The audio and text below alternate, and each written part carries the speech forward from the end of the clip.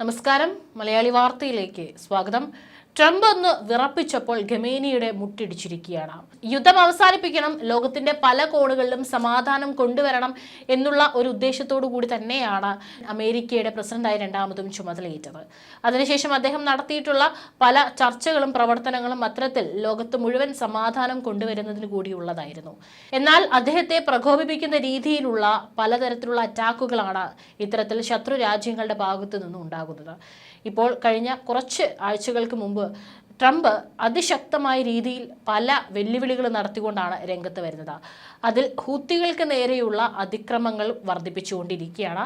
മാത്രവുമല്ല, ഇപ്പോൾ ഇറാനാണ് അമേരിക്കയുടെ ഒരു ലക്ഷ്യമെന്ന് പറയുന്നത്. ഹൂത്തികൾ വെടിയുതിർത്ത് വരുന്ന ഓരോ വെടിയുണ്ടകൾക്കും മറുപടി കിട്ടുക ഇറാൻ ആയിരിക്കുമെന്നുള്ള ശക്തമായ താക്കീതാണ് ഡൊണാൾഡ് ട്രംപ് തൻ്റെ സോഷ്യൽ മീഡിയ പ്ലാറ്റ്ഫോമിലൂടെ അദ്ദേഹം വെല്ലുവിളിച്ചിരിക്കുന്നത്. ഏതായാലും ഇപ്പോൾ ഖമേനി അതിനുള്ള ഒരു മറുപടിയുമായാണ് രംഗത്ത് വരുന്നത്. 130-ലധികം ആക്രമണങ്ങളാണ് ചരക്ക് വ്യാപാര കപ്പലുകൾക്കെതിരെ ഹൂത്തികൾ ചെങ്കടലിൽ നടത്തിയത്.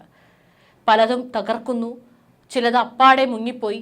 ചെങ്കടൽ വഴിയുള്ള ചരക്ക് ഗതാഗതത്തെ ഇത് വലിയ തോതിലാണ് ബാധിച്ചത്. മുൻ US പ്രസിഡന്റ് ജോ ബൈഡന്റെ കാലത്ത് തന്നെ ചെങ്കടലിലെ ഹൂത്തി ആക്രമണത്തെ പ്രതിരോധിക്കാൻ സൈനിക നീക്കം ആരംഭിച്ചിരുന്നു.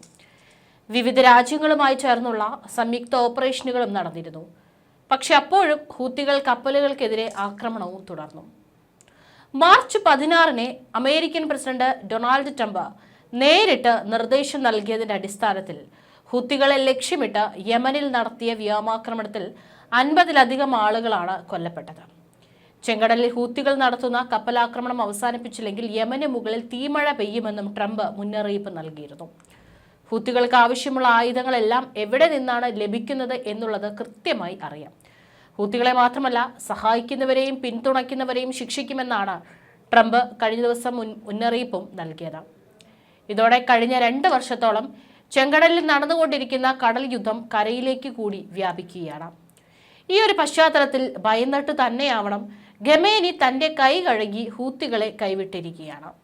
US പ്രസിഡന്റ് ഡൊണാൾഡ് ട്രംപ് നൽകിയ മുന്നറിയിപ്പിന് മറുപടിയുമായി ഇപ്പോൾ ഇറാന്റെ പരമോന്നത നേതാവ് അയത്തുള്ള ഖമേനി രംഗത്ത് വരികയാണ്. യമനിലെ ഹൂത്തികൾ ഉൾപ്പെടെ മിഡിൽ ഈസ്റ്റിൽ ആരും ഇറാനെ പ്രതിനിധീകരിക്കുന്നില്ലെന്ന് ഖമേനി വ്യക്തമാക്കുകയാണ്. ഇവരെല്ലാം സ്വന്തം ഇഷ്ടപ്രകാരമാണ് പ്രവർത്തിക്കുന്നതെന്നും അദ്ദേഹം പറഞ്ഞു. യമന് അവരുടേതായ താല്പര്യങ്ങൾ ഉണ്ടാവാം.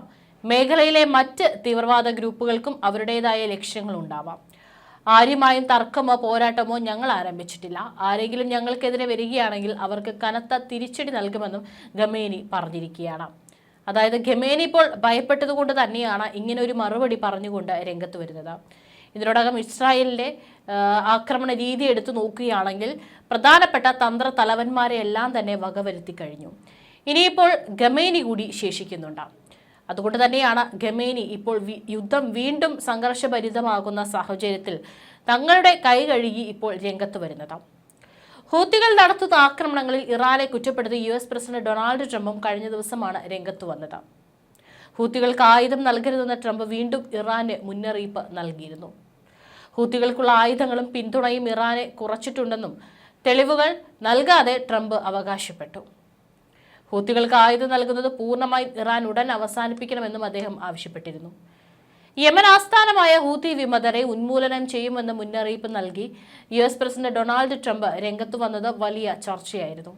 ഹൂത്തി കേന്ദ്രങ്ങളിൽ വീണ്ടും US കനത്ത വ്യോമാക്രമണം നടത്തിയതിന് പിന്നാലെയാണ് ട്രംപ് സ്വന്തം സമൂഹ മാധ്യമമായ ട്രൂത്ത് സോഷ്യലിൽ പ്രസ്താവന പങ്കുവച്ചത്. വ്യോമാക്രമണം അപരിഷ്കൃതരായ ഹൂത്തികൾക്ക് കനത്ത നാശമാണ് ഉണ്ടാക്കിയത്. ആക്രമണം ഇനിയും രൂക്ഷമാകുന്നത് കാണാം. തുല്യശക്തികൾ തമ്മിലുള്ള പോരാട്ടമല്ലിത്.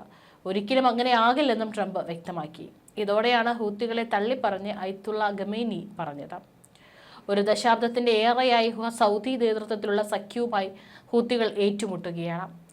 2023 ഒക്ടോബർ 7-ന് ഹമാസ് തീവ്രവാദികൾ ഇസ്രായേലിലേക്ക് കടന്നുകയറി ആക്രമണം നടത്തിയതിന് പിന്നാലെ പലസ്തീൻ ജനതയ്ക്ക് പിന്തുണ പ്രഖ്യാപിച്ചുകൊണ്ട് ഹൂത്തികൾ ചെങ്കടലിലൂടെ കടന്നുപോകുന്ന പല കപ്പലുകളും ആക്രമിച്ചിരുന്നു. കൂടാതെ ഇസ്രായേലിലേക്ക് നിരന്തരമായി ഡ്രോണുകളും മിസൈലുകളും അവർ അയച്ചിരുന്നു. ഇതിന് ഇസ്രായേൽ കനത്ത തിരിച്ചടിയും നൽകിയിരുന്നു. ഹൂത്തി വിമതർ ചെങ്കടലിൽ കപ്പലുകൾ ആക്രമിക്കുന്നത് നിർത്തുന്നതുവരെ യമനിൽ ആക്രമണം തുടരുമെന്നാണ് അമേരിക്ക നേരത്തെ തന്നെ പ്രഖ്യാപിച്ചിരുന്നത്. അക്രമം നിർത്താനും അല്ലാത്ത പക്ഷം ഇതുവരെ കണ്ടിട്ടില്ലാത്ത വിധത്തിലുള്ള നാശം ഹൂത്തികൾക്ക് മേൽ വരുത്തുമെന്നും ട്രംപും നേരത്തെ മുന്നറിയിപ്പ് നൽകിയിരുന്നു. നിങ്ങളുടെ സമയം കഴിഞ്ഞു, ഇന്നു മുതൽ നിങ്ങളുടെ ആക്രമണം നിർത്തുക, അല്ലാത്ത പക്ഷം ഇതുവരെ കണ്ടിട്ടില്ലാത്ത വിധത്തിൽ നരകം നിങ്ങളുടെ മേൽ പെയ്തിറങ്ങുമെന്ന് ട്രംപ് സാമൂഹിക മാധ്യമത്തിലൂടെ താക്കീത് നൽകിയതാണ്. എന്നാൽ ഗാസയിലേക്ക് അവശ്യവസ്തുക്കൾ കടത്തിവിടുന്നത് തടഞ്ഞ ഇസ്രായേലിന്റെ കപ്പലുകളെ ആക്രമിക്കുമെന്നും ഹൂത്തികളും കഴിഞ്ഞ ദിവസം പ്രഖ്യാപിച്ചിരുന്നു. ഗാസയിലേക്ക് അവശ്യവസ്തുക്കൾ കടത്തിവിട്ടില്ലെങ്കിൽ സൈനിക നടപടി സ്വീകരിക്കുമെന്നും ഹൂത്തി നേതാക്കൾ നേരത്തെ മുന്നറിയിപ്പ് നൽകിയിരുന്നു. ഇസ്രായേൽ ഹമാസ് പോരാട്ടം രൂക്ഷമാകുമ്പോഴാണ് ഗാസയ്ക്കും പാലസ്തീനുമെല്ലാം പുറമെ ചെങ്കടൽ കൂടി ലോക ശ്രദ്ധ നേടുന്നത്. യുദ്ധത്തിൽപ്പെട്ടിരിക്കുന്ന പാലസ്തീൻ ഗാസ നിവാസികൾക്ക് ഭക്ഷണവും മരുന്നും എത്തിച്ചില്ലെങ്കിൽ ഇസ്രായേലിലേക്കുള്ളതും അവിടെ നിന്ന് തിരിച്ചു പോകുന്നതുമായ എല്ലാ കപ്പലുകൾക്കുമെതിരെയും ആക്രമണം ഉണ്ടാവുമെന്ന ഹൂത്തികളുടെ മുന്നറിയിപ്പിൽ തുടങ്ങിയ ആക്രമണം അങ്ങനെ 1 വർഷം പിന്നിടുകയും ചെയ്തു. മാത്രമല്ല, ലോകത്തിലെ തന്നെ ഏറ്റവും പ്രധാനപ്പെട്ട വ്യാപാര കടൽപാതയായ ചെങ്കടലിൽ ഉണ്ടായിരിക്കുന്ന വഴിമുടക്കൽ ലോകത്തെ ഒന്നാകെ വലിയ പ്രതിസന്ധിയിലേക്ക് കൂടി തള്ളിവിടുന്ന സാഹചര്യമാണ് നിലവിലുള്ളത്. ഹൂത്തികൾ ഡ്രോൺ, മിസൈൽ ആക്രമണങ്ങൾ, കപ്പൽ പിടിച്ചടക്കൽ എന്നിവ തുടങ്ങിയതോടെ ലോകത്തിലെ പല വമ്പൻ കപ്പൽ കമ്പനികളും ഇതുവഴിയുള്ള യാത്ര നിർത്തിവെച്ചു. കാരണം അവരുടെ ജീവന് തന്നെ അത് ആപത്താകുമെന്ന് കണ്ടു തന്നെയാണ്. ഇത് ചരക്ക് നീക്കത്തെ അടക്കം ബാധിക്കുകയും വിലക്കയറ്റം അടക്കമുള്ള പ്രതിസന്ധിയിലേക്കും കാര്യങ്ങളെ കൊണ്ടെത്തിക്കുകയും ചെയ്തു. ഇറാനാണ് ഹൂത്തികൾക്ക് പിന്തുണ കൊടുക്കുന്നതെന്നും കപ്പൽ പിടിച്ചെടുക്കലും ആക്രമണവും ഇറാന്റെ ഭീകരവാദ പ്രവർത്തനത്തിന് ഉദാഹരണമാണെന്നും ഇസ്രായേൽ പ്രധാനമന്ത്രി ബെഞ്ചമിൻ നെതന്യാഹു നേരത്തെ തന്നെ ആരോപിച്ചുവെങ്കിലും കപ്പലുകൾക്കെതിരെ ഹൂത്തികളുടെ ആക്രമണം തുടരുകയായിരുന്നു. ഇന്ത്യൻ പതാകയേന്തിയ കപ്പലുകൾക്കും ചെങ്കടലിൽ വെച്ച് ആക്രമണം നേരിടേണ്ടി വന്നിരുന്നു. ഹൂത്തികൾക്കുള്ള പിന്തുണ പിൻവലിച്ചില്ലെങ്കിൽ ഇറാനും പ്രത്യാഘാതം നേരിടേണ്ടി വരുമെന്നാണ് ട്രംപ് എന്തായാലും മുന്നറിയിപ്പ് നൽകിയിരിക്കുന്നത്. ട്രംപിനെ കലാപകാരി എന്ന് വിശേഷിപ്പിച്ചാണ് ഈ പ്രസ്താവനയ്ക്ക് ഇറാൻ മറുപടി നൽകിയത്. ഇറാന്റെ പിന്തുണയില്ലെങ്കിൽ ഹൂത്തികൾക്ക് നിലനിൽക്കാനാവില്ലെന്നും അതുകൊണ്ട് ഹൂത്തികൾ നടത്തുന്ന എല്ലാ ആക്രമണത്തിനും ഉത്തരവാദി ഇറാൻ ആയിരിക്കുമെന്ന് US സെക്രട്ടറി മാർക്കോ റൂബിയോ കഴിഞ്ഞ ദിവസം ഫോക്സ് ന്യൂസിന് നൽകിയ അഭിമുഖത്തിൽ പറയുകയുണ്ടായി. ഇറാന്റെ പിന്തുണയില്ലെങ്കിൽ ഹൂത്തികൾക്ക് ഇത്രകാലം ഈ ആക്രമണ പരമ്പരകളെ നീട്ടിക്കൊണ്ടു പോകാനാവില്ല. അവർക്ക് പിൻവാങ്ങുന്നതാണ് നല്ലത്. അല്ലാത്ത പക്ഷം ഇതുവരെ കണ്ടിട്ടില്ലാത്ത തരത്തിലുള്ള തിരിച്ചടികളെ നേരിടേണ്ടി വരുമെന്നും മാർക്കോ റൂബിയോ വ്യക്തമാക്കിയിരുന്നു. എന്നാൽ ഇറാന്റെ വിദേശ നയത്തിൽ ഇടപെടൽ US അവകാശമില്ലെന്നായിരുന്നു ഇറാൻ വിദേശകാര്യമന്ത്രി അബ്ബാസ് അരാക്ചിയുടെ പ്രസ്താവന. കപ്പലുകൾക്കെതിരെ ആക്രമണം തുടരുന്നത് വലിയ പ്രത്യാഘാതത്തിന് വഴിവെക്കുമെന്നും ഇപ്പോൾ തന്നെ രാജ്യങ്ങളുടെ ചരക്ക് വിതരണത്തെ ഇത് വൻതോതിൽ ബാധിച്ചിട്ടുണ്ടെന്നുമാണ് അമേരിക്ക പറയുന്നത്. അത്ര പ്രധാനപ്പെട്ടതാണ് ചെങ്കടൽ പാത.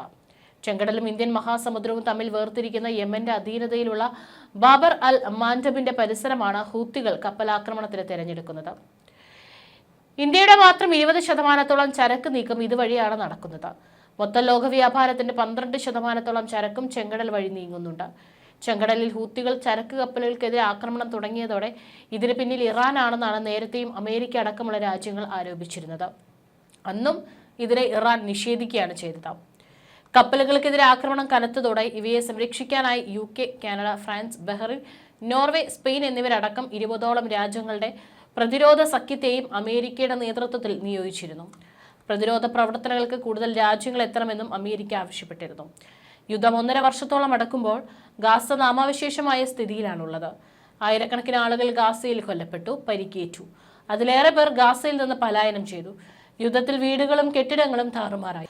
ലോകത്തിലെ തന്നെ ഏറ്റവും കൂടുതൽ ജനസാന്ദ്രതയുള്ള പ്രദേശങ്ങളിലൊന്നായ ഗാസ താമസയോഗ്യമല്ലാതെ തകർന്നു.